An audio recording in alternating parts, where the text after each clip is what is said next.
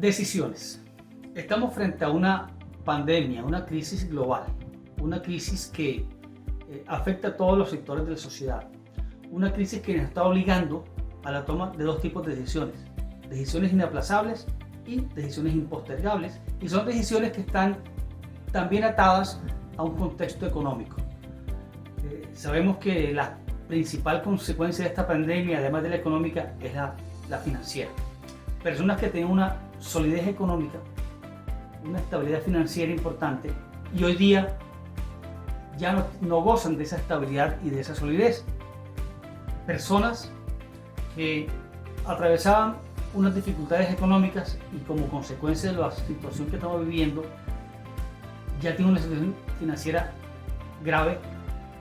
Personas que tenían una situación financiera grave y hoy tienen una situación económica insostenible. Personas que tenían una situación económica insostenible, que no podía ser peor y hoy día es peor. Tenemos un universo de situaciones, cada núcleo familiar, cada persona tiene una situación financiera diferente. Pero finalmente esas decisiones que debemos tomar deben tomarse de forma inmediata. Hay decisiones que atañen con la alimentación, con la salud, con el pago de arriendos, con el pago de obligaciones que tenemos hoy día, porque hay personas que están jugando con las tarjetas de crédito, pagan hoy el mercado y con la otra tarjeta pagan las cuotas de ese mercado para poder mantenerse en esta situación, tratando de subsistir dentro de una estabilidad temporal, pero que seguramente va a ser una inestabilidad futura. El Código General del Proceso, la Ley 1564 del 2012, en su título cuarto, hace referencia a la insolvencia de personas naturales no comerciantes. Y nos dice que a través de esos mecanismos, el deudor podrá negociar con sus acreedores buscando la norma de gestión de sus créditos. Podrá convalidar los acuerdos privados a los que logre con ellos o podrá liquidar su patrimonio. ¿Para qué sirve la ley de insolvencia económica? ¿Cuándo me sirve? ¿Cuándo no me sirve? ¿Para qué no sirve? Y es lo primero que les voy a tocar. ¿Para qué no sirve la ley de insolvencia económica? La gente dirá, ¿pero cómo hago? Mire, la ley de insolvencia económica no me sirve si lo que yo quiero es buscar reducir las cuotas de mis créditos.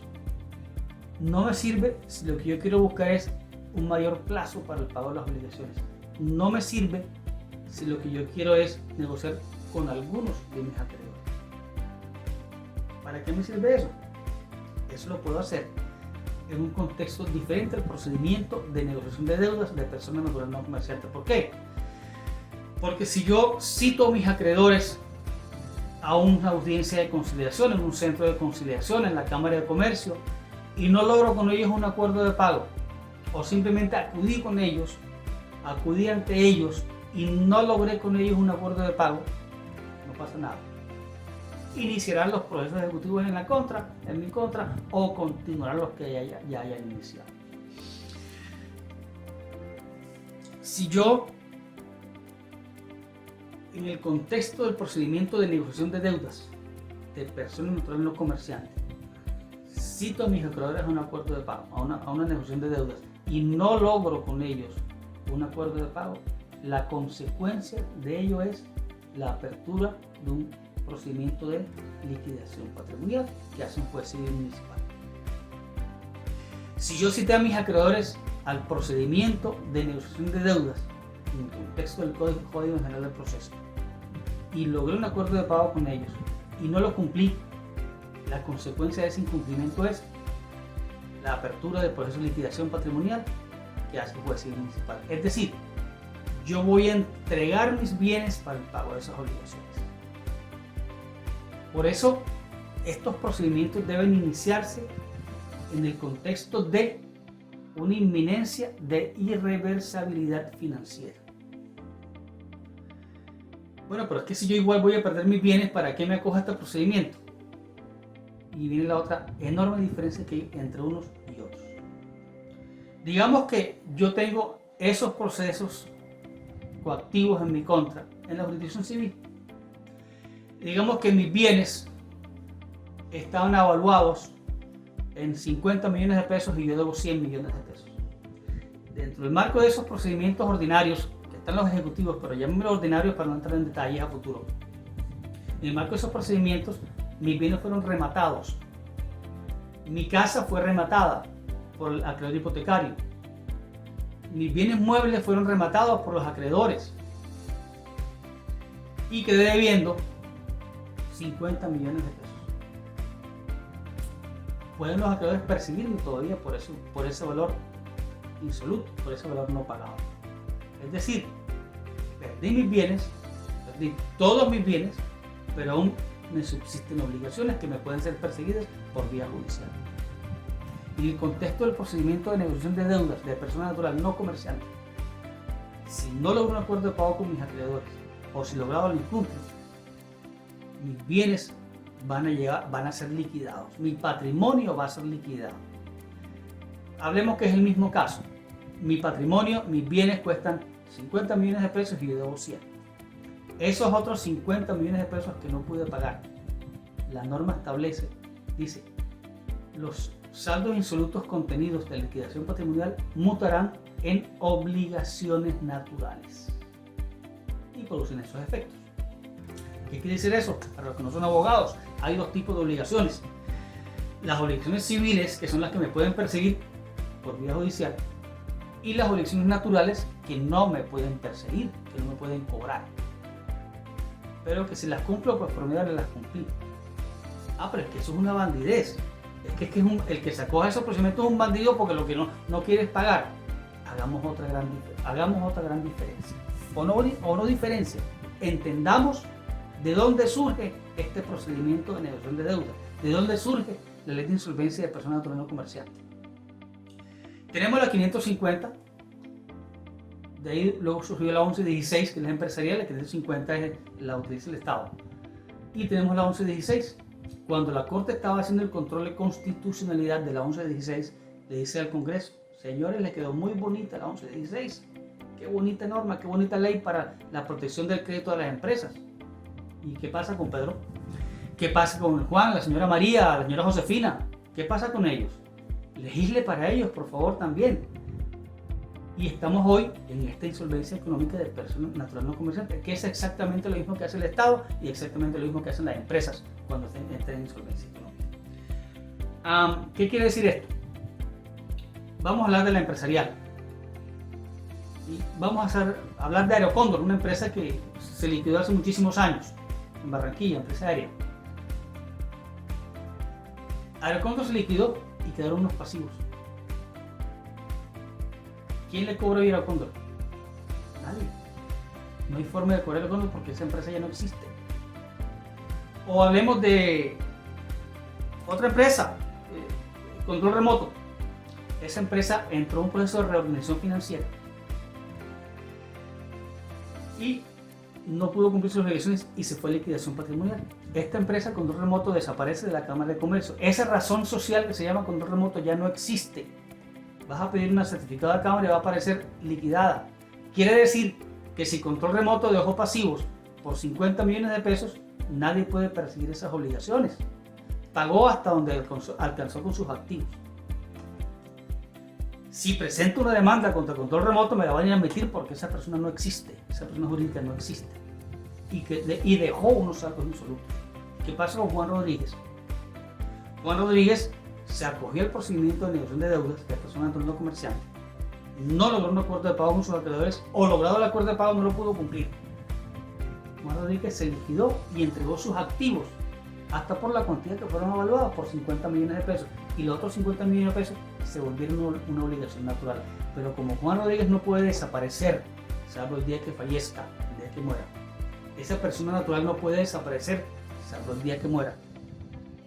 La ley establece que esos saldos que no pudo pagar se vuelven obligaciones naturales. Entonces no es decir, es que Juan Rodríguez es un bandido porque no quiso pagar o porque no pagó. No, simplemente Juan Rodríguez hizo exactamente lo mismo que hizo o que hacen las empresas o que hace el Estado cuando están en estos procesos. Trató de pagar, trató de buscar un acuerdo con sus acreedores a través de los mecanismos que la ley permite, no lo logró o lo incumplió, simplemente se liquidó. Porque se quiere que Juan Rodríguez vuelva a la vida, porque Juan Rodríguez, en tanto esté con obligaciones y esté reportado en bases de datos, no puede conseguir empleo, no puede ser objeto de créditos. Entonces, entendamos que no es diferente lo que hacemos o lo que pueden hacer hoy día las personas naturales a lo que ya hace el Estado y ya hacen las empresas. No es que sea un régimen para que la gente no pague, simplemente es un régimen que se busca para que la persona normalice sus obligaciones con el sector financiero, con los particulares, y que si no las puede normalizar simplemente se liquide. Entendamos entonces que el procedimiento de negociación de deudas de persona natural no comerciante exige el diseño de una estrategia de negociación. Exige que conozcamos claramente qué es y para qué es, cómo funciona. ¿Necesitamos abogado? No. La norma establece que puede presentarse la solicitud personalmente por el deudor a un centro de conciliación autorizado o a una notaría. Pero debo decirles a ustedes que es un error no hacerse representar por un abogado que maneje el tema jurídico, porque es otro error hacerse representar porque no maneja el tema de insolvencia económica. El tema tiene muchas aristas, el procedimiento tiene muchas aristas, hay muchos temas de contenido legal, las objeciones que puedan hacerse dentro de estos procedimientos. Yo he tenido procedimientos como operador de insolvencia que soy, donde observo que hay unas objeciones que presentan que no tienen nada que ver con el tema, porque el abogado de pronto no se ha empapado viendo el procedimiento de insolvencia económica. Y les voy a contar a manera de ejemplo una anécdota para que entendamos lo importante que es saber estar representado en estos procedimientos. Allá en el 2013, cuando iniciamos esto, primero yo fui abogado de deudores. Iniciamos esto en la Casa de Justicia del barrio Simón Bolívar ante el conciliador en equidad, el doctor Manuel Caballero, que ya no nos acompaña en este plano terrenal, pero que les rindo un homenaje acá. Mi primer procedimiento, yo había diseñado unas tablas de Excel donde el espacio era para 10 deudas, para 10 acreedores. Y mi primer procedimiento fue con 21 acreedores. Yo recuerdo esa sala de audiencias llena. No estaban los 21, pero habían por lo menos 14 acreedores. Y recuerdo el terror que tenía ese deudor con tanta gente enfrente. Bueno, pudimos hacer una defensa interesante de su situación financiera. Entonces es importante que entienda el deudor que si quiere lograr un buen acuerdo de pago, debe estar representado de alguien que maneje el tema. Porque les pongo otro ejemplo, hace poco me comentaba un abogado un acuerdo de pago que hizo, al que llegaron, no fue su caso, donde había una credencia prendaria, había un vehículo, y se logró un acuerdo de pago con todos los acreedores. Era un deudor que tenía varios bienes. Y logró un acuerdo de pago, pero ¿qué pasa? En relación a ese vehículo, el vehículo ya estaba en los patios y lo está pagando durante 6 años. Como eran mayoría de los acreedores, se logró un acuerdo de pago a más de 5 años, que lo que la ley permite. Pero él va a estar pagando ese carro durante 6 años, que está inmovilizado, que está en los patios, y cuando termine de pagar ese vehículo, lo va a reclamar 6 años más viejo, 6 años parqueado, 6 años a sol y sombra, 6 años de parqueo. ¿Qué hizo? ¿Qué hizo ese deudor? Un pésimo acuerdo de pago. Si hubiese estado representado por un abogado que manejara el tema, lo primero que hubiera hecho el abogado es: me entregas el vehículo, yo suscribo un seguro para garantizar la prenda, pero continúo usando ese vehículo. Entonces es importante saberse hacer representar en estos procedimientos, entender por qué he tratado de hacerlo en este video, entender que no siempre la negociación de deudas en el contexto del procedimiento es lo más indicado de principio, que pueden existir otros mecanismos y que lleguemos a negociar las deudas en el procedimiento de negociación de deudas ya como último recurso, cuando ya haya una irreversibilidad financiera y donde vamos a todo o vamos a nada.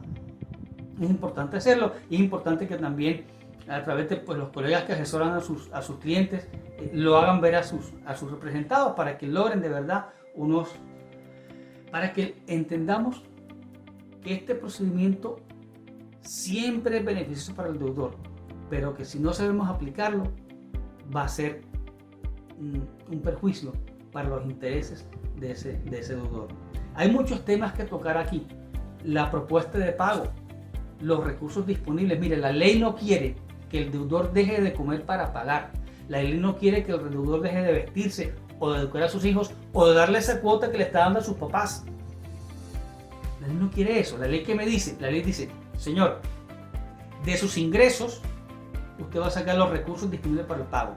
Primero, saque lo que se gasta, saque lo que le cueste vivir, saque lo de los servicios públicos, lo del arriendo, lo de la alimentación, lo del diario, lo de la educación de sus hijos. Saque eso y lo que le queda se lo paga a los acreedores. Es decir, si me gano $1.000.000 y mis gastos básicos son de $600.000, mi propuesta de pago tiene que ser sobre $400.000. Es que la propuesta de pago no tiene que gustarle al deudor, perdón, no tiene que gustarle al acreedor. He visto muchas propuestas de pago o me consulta mucha gente y dice, pero no alcanzo. O sea, simplemente saque lo que de lo que se gana, saque lo que se gasta, y eso es lo que puedo ofrecer a 5 años. Este tema de recursos disponibles y propuesta de pago va a ser objeto de un video posterior. Vamos a tratar, en el marco de las preguntas y de las consultas que van a hacer, de hacer videos muy cortos explicando temas puntuales. Les pido un favor muy especial. Yo soy operador de insolvencia económica de persona natural no comerciante en varias notarías de la costa atlántica de Magdalena. No estoy llamado a hacer publicidad, no estoy llamado a publicitarme como operador de insolvencia económica en los procedimientos que adelanto.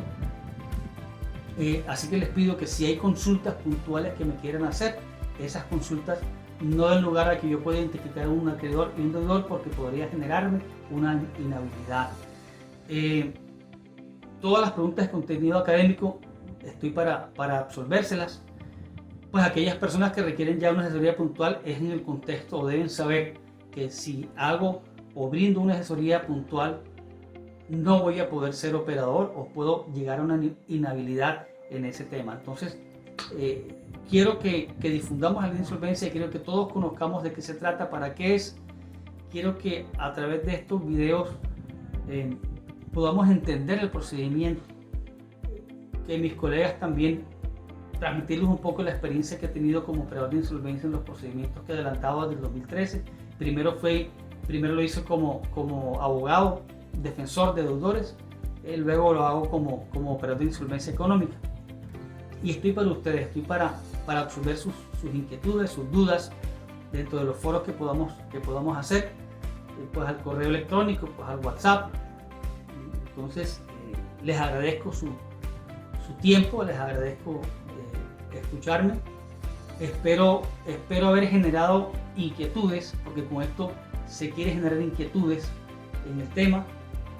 Se han tocado los temas muy por encima, es mucho más complejo, pero espero con esto haber logrado por lo menos que conozcan que hay mecanismos, además de la negociación de deudas, que pueden llevarlos a ustedes a normalizar sus situaciones con los acreedores, y que si deciden o consideran o se dan cuenta que es ya necesario el procedimiento de negociación de deudas, las consecuencias de acogerse a este procedimiento de negociación de deudas, que es la entrega de los bienes a la totalidad de los acreedores para pagar sus obligaciones y la entrega total de los bienes.